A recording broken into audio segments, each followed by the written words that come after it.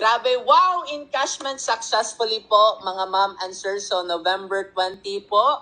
Mga ma'am, imagine, November 20, 2023 po. So, diba? I'm a senior high school student na good news na-sharean po dito sa opportunity natin. Sobrang dami pala dito na mga all walks of life talaga na tulungan, like mga teachers, di ba, doing it part-time. OFW, di ba, na kahit part-time lang po itong ginagawa yung opportunity namin, but still kumikita pa rin. Even din, mga nurses, di ba, sa mga nurses dyan, or mga OFW teacher, kaway-kaway naman po sa patalo. Di ba, lalo na yung mga estudyante out there, or mga, yan po, to prove po sa inyo na meron po tayong daily encashment po through BDO. At wow, grabe, ngayon ko lang po na-open, di ba, yung DTC natin, magkano lang naman po yung kinita natin in a very short period of time. Di ba, ilang days pa lang sa November, encash po natin, di ba, worth, magkano, encash natin po, 10,000 pesos. And through BDO po, kasi we have different types po dito ng encashment. Encash na natin.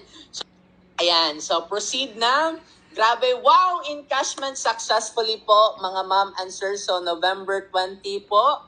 Mga ma'am, imagine, November 20, 2023 po. At yan po, yung gross po natin, and diba? I just want to thank this opportunity po, lalo na po sa nag-guide sa akin